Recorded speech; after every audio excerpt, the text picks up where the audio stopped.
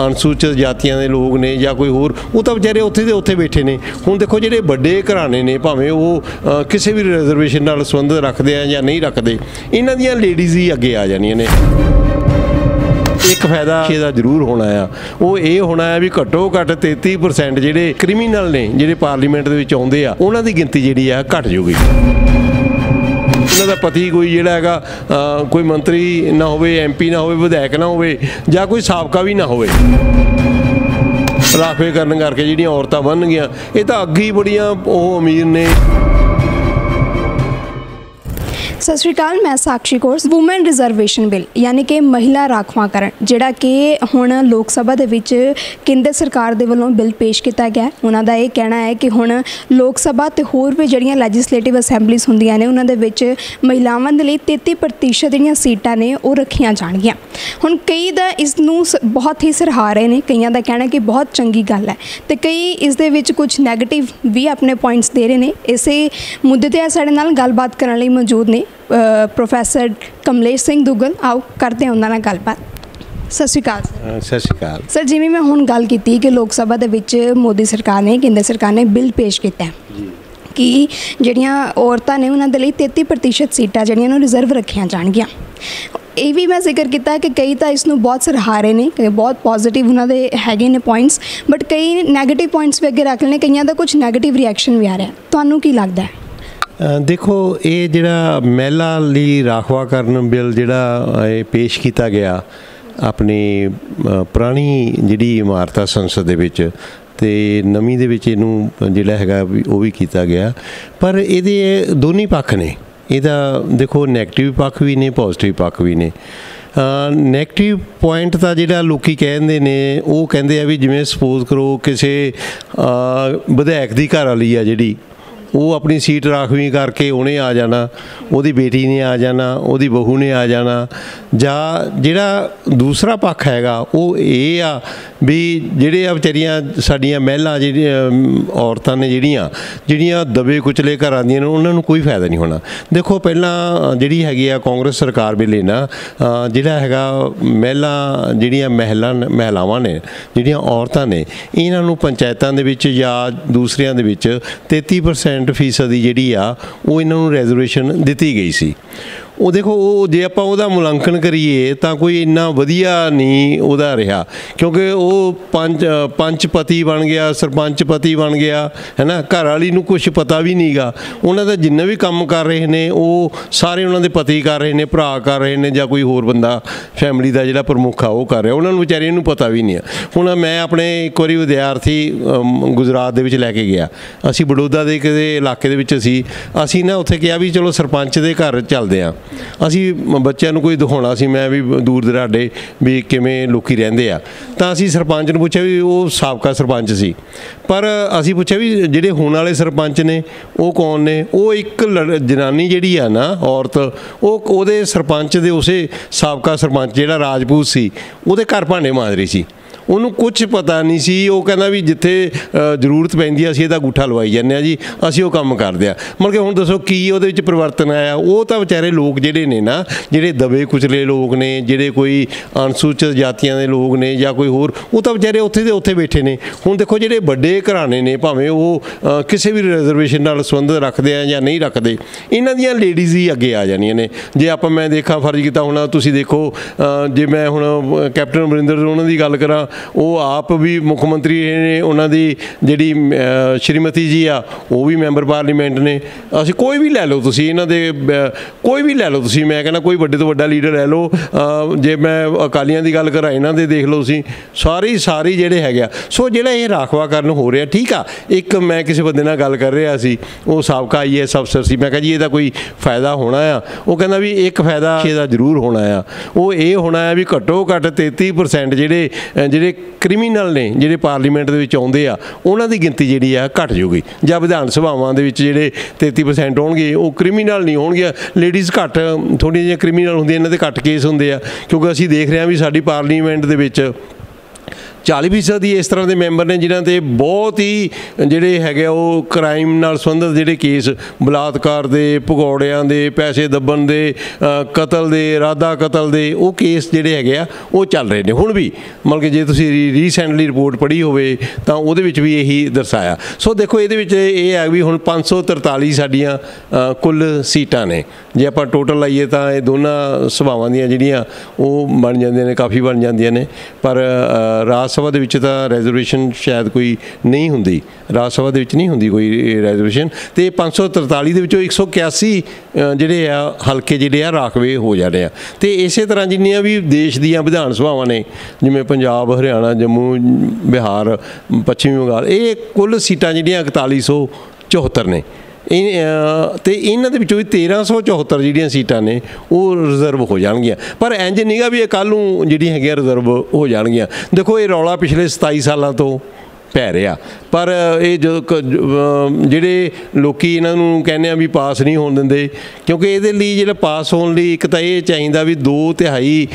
ਜਿਹੜਾ ਹੈਗਾ ਉਹ ਜ਼ਰੂਰੀ ਆ, 2/3 ਬਹੁਮਤ ਜਿਹੜਾ ਹੈਗਾ ਜ਼ਰੂਰੀ ਆ। ਦੂਜਾ ਇਹ ਹੈਗਾ ਵੀ ਘੱਟੋ ਘੱਟ ਜਿਹੜੇ ਦੇਸ਼ ਦੇ 10 ਰਾਜ ਨੇ, ਅੱਧੇ ਰਾਜ ਜਿੰਨੇ ਵੀ ਨੇ ਰਾਜ, ਉਹ ਅੱਧੇ ਰਾਜ ਜਿਹੜੇ ਹੈਗੇ ਆ ਉਹਨਾਂ ਨੂੰ ਵੀ 2/3 ਦੇ ਨਾਲ ਇਹਨੂੰ ਮਤਾ ਪਾਸ ਕਰਨਾ ਪੈਣਾ। ਫਿਰ ਦੇਖੋ ਸਾਡੀ ਹੁਣ ਅੱਗੇ ਹੱਦਬੰਦੀ ਹੋਣੀ ਆ 2025 ਦੇ ਵਿੱਚ ਜਿਹੜੀਆਂ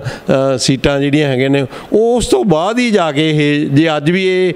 ਕਰਨਗੇ ਤਾਂ ਇਹ ਜਾ ਕੇ 26-27 ਦੇ ਵਿੱਚ ਜਿਹੜਾ ਹੈਗਾ ਇਹ ਲਾਗੂ ਹੋਊਗਾ। ਸੋ ਇਸ ਕਰਕੇ ਜਿਹੜਾ ਹੈਗਾ ਉਹ ਦੋਨੀ ਤਰ੍ਹਾਂ ਦੀਆਂ ਜਿਹੜੀਆਂ ਨੇ। ਪਰ ਮੇਰੀ ਮਤਲਬ ਕਿ ਜਿਹੜੀ ਹੈਗੀ ਇੱਕ ਨਿੱਜੀ ਰਾਏ ਸਰਕਾਰ ਨੂੰ ਇਹ ਆ ਵੀ ਜੇ ਤੁਸੀਂ ਔਰਤਾਂ ਦਾ ਰਾਖਵਾ ਕਰਨਾ ਕੋਈ ਮਾੜੀ ਗੱਲ ਨਹੀਂ ਹੈਗੀ ਵੀ, ਪਰ ਜਿਹੜੀ ਹੈਗੀ ਆ ਵੀ ਉਹਦੇ 'ਚ ਇੱਕ ਸ਼ਰਤ ਜ਼ਰੂਰ ਹੋਣੀ ਚਾਹੀਦੀ ਆ ਵੀ ਉਹੀ ਔਰਤਾਂ ਜਿਹੜੀਆਂ ਹੈਗੀਆਂ ਨੇ ਉਹ ਇਸ ਰਾਖਵੇ ਕਰਨ ਦਾ ਲਾਭ ਲੈ ਸਕਣਗੀਆਂ ਜਿਨ੍ਹਾਂ ਦੇ ਪਤੀ, ਪੁੱਤਰ ਜਾਂ ਪਿਓ ਜਿਹੜੇ ਹੈਗੇ ਉਹ ਕੋਈ ਮੰਤਰੀ ਨਹੀਂ, ਕੋਈ ਸੰਤਰੀ ਨਹੀਂ, ਕੋਈ ਵਿਧਾਇਕ ਨਹੀਂ, ਕੋਈ MP ਨਹੀਂ ਜਾਂ ਕੋਈ ਸਾਬਕਾ ਨਹੀਂ ਹੈਗਾ। ਕਿਉਂਕਿ ਦੇਖੋ ਅਸੀਂ ਦੇਖ ਰਹੇ ਹਾਂ ਵੀ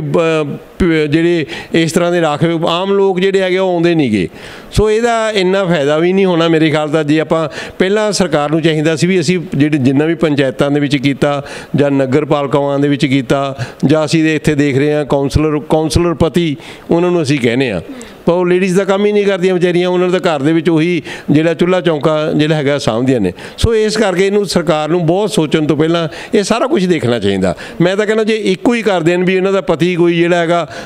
ਕੋਈ ਮੰਤਰੀ ਨਾ ਹੋਵੇ, MP ਨਾ ਹੋਵੇ, ਵਿਧਾਇਕ ਨਾ ਹੋਵੇ ਜਾਂ ਕੋਈ ਸਾਬਕਾ ਵੀ ਨਾ ਹੋਵੇ, ਤਾਂ ਵੀ ਇਸ ਦਾ ਥੋੜ੍ਹਾ ਮੋਟਾ ਜਿਹੜਾ ਹੈਗਾ ਫਾਇਦਾ ਹੋ ਸਕਦਾ। ਨਹੀਂ ਤਾਂ ਮੈਨੂੰ ਲੱਗਦਾ ਹੈਗਾ ਵੀ ਇਹ ਗੱਲਬਾਤ ਜਿਹੜੀ ਹੈਗੀ ਆ ਇਹ ਐਵੇਂ ਹੀ ਰਹਿ ਜਾਣੀ ਆ। ਜਿਵੇਂ ਅੱਗੇ ਵੀ ਦੇਖੋ ਰੈਜ਼ਰਵੇਸ਼ਨ ਦੇ ਫਾਇਦੇ ਕੁਝ ਖਾਸ ਲੋਕ ਲਈ ਜਾਂਦੇ ਆ, ਪਰ ਜਿਹੜੇ ਵਿਚਾਰੇ ਜਿਨ੍ਹਾਂ ਦੇ ਤੱਕ ਤਾਂ ਜਾਂਦਾ ਹੀ ਨਹੀਂ ਗਾ। ਜਿਵੇਂ ਜਦੋਂ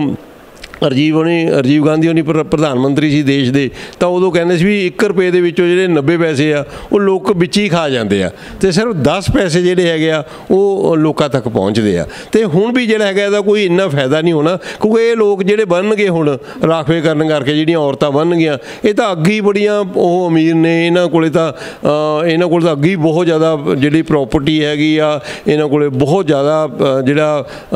ਰਾਜਨੀਤੀ ਦੇ ਵਿੱਚ ਇਹਨਾਂ ਦਾ ਨਾਂ ਵੀ ਹੈਗਾ, ਉਹੀ ਅੱਗੇ ਆਉਣਗੀਆਂ। ਐਂ ਤਾਂ ਹੈ ਨਹੀਂ ਬਈ ਤੁਸੀਂ ਕੋਈ ਜਿਹੜੀ ਹੈਗੀ ਆ ਕੋਈ ਇੱਥੋਂ ਜਲੰਧਰ ਦੀ ਕੋਈ ਮਾਇਆਵਤੀ ਉੱਠ ਕੇ ਜਾਂ ਫੁੱਲਾਵਤੀ ਉੱਠ ਕੇ ਜਾਂ ਕੋਈ ਹੋਰ ਇਸ ਤਰ੍ਹਾਂ ਦੀ ਕੋਈ ਉੱਠ ਕੇ ਲੇਡੀ ਜਿਹੜੀ ਆਮ ਲੇਡੀ ਆ ਉਹ, ਕਿਉਂਕਿ ਇਲੈਕਸ਼ਨਾਂ ਕੋਈ ਸਸਤਾ ਸਾਧਨ ਥੋੜ੍ਹੀਆਂ ਨੇ, ਉਹੀ ਲੜ ਸਕਣਗੀਆਂ ਜਿਨ੍ਹਾਂ ਕੋਲ ਘੱਟੋ ਘੱਟ ਜਿਹੜਾ ਜੇ ਕਰੋੜਾਂ ਰੁਪਈਏ ਨਹੀਂ ਵੀ ਹੈਗਾ ਤਾਂ ਉਹ ਘੱਟੋ ਘੱਟ ਲੱਖਾਂ ਦੇ ਵਿੱਚ ਤਾਂ ਹੋਣਾ ਚਾਹੀਦਾ ਨਾ। ਸੋ ਇਸ ਕਰਕੇ ਜਿਹੜੀਆਂ ਇਹ ਮੁਸ਼ਕਲਾਂ ਸਾਨੂੰ ਆਉਣ ਵਾਲੇ ਦਿਨਾਂ 'ਚ ਸਾਨੂੰ ਦੇਖਣ ਨੂੰ ਮਿਲਣਗੀਆਂ। ਪਰ ਫਿਰ ਵੀ ਮੈਂ ਇਸ ਗੱਲ ਨੂੰ ਜਿਹੜਾ ਹੈਗਾ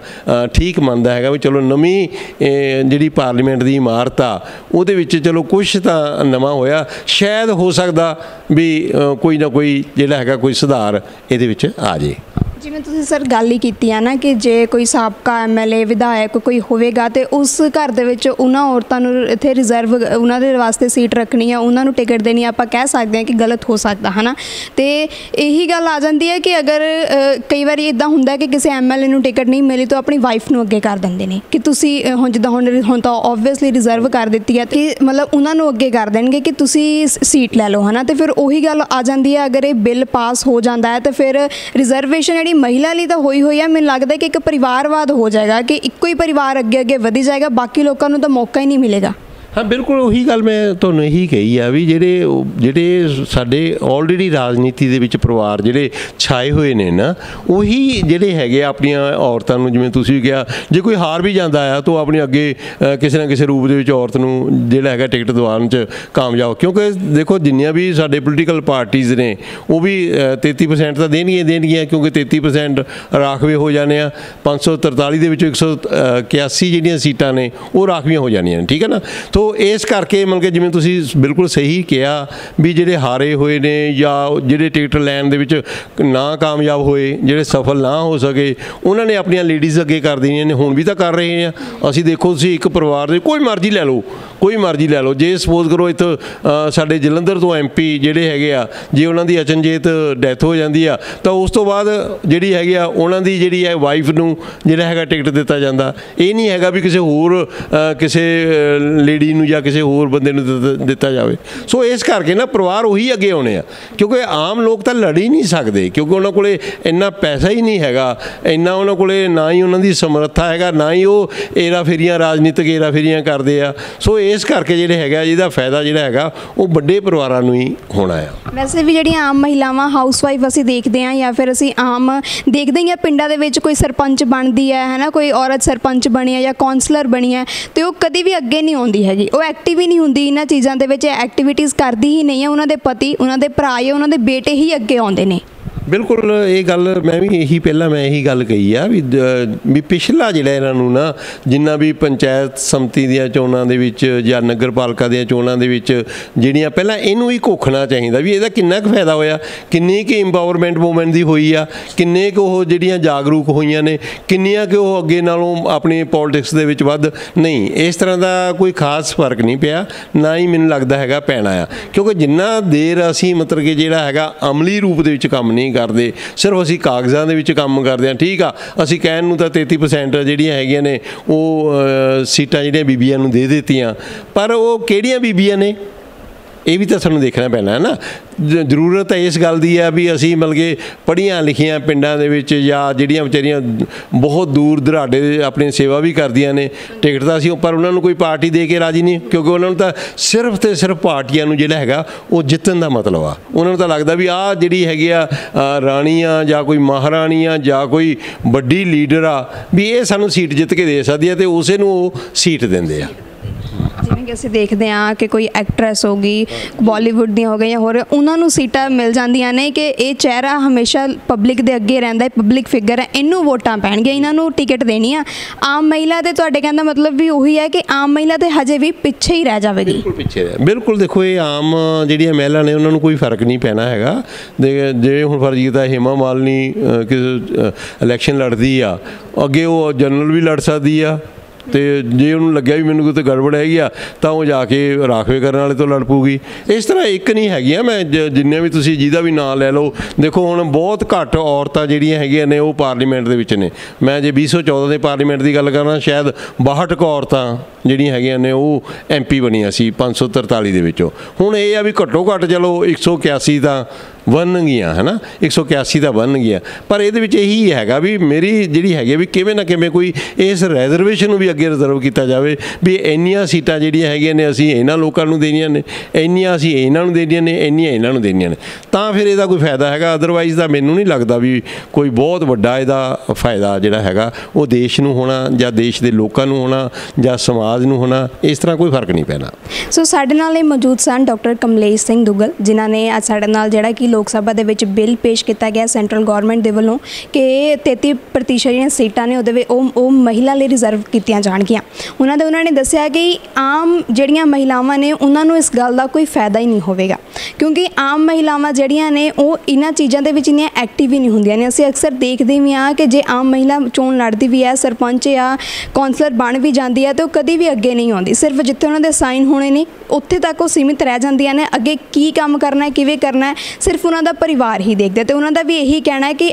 ਅਗਰ ਇਹ ਰਿਜ਼ਰਵ ਕਰਦੇ ਵੀ ਨੇ ਸੀਟਾਂ ਤੇ ਉਹਨਾਂ ਔਰਤਾਂ ਨੂੰ ਮਿਲਣੀਆਂ ਚਾਹੀਦੀਆਂ ਨੇ ਜਿਨ੍ਹਾਂ ਦੇ ਪਰਿਵਾਰ ਵਾਲੇ ਪਹਿਲਾਂ ਰਾਜਨੀਤੀ ਦੇ ਵਿੱਚ ਨਹੀਂ ਸ਼ਾਮਲ ਨੇ ਧੰਨਵਾਦ Subscribe to One India channel and never miss an update.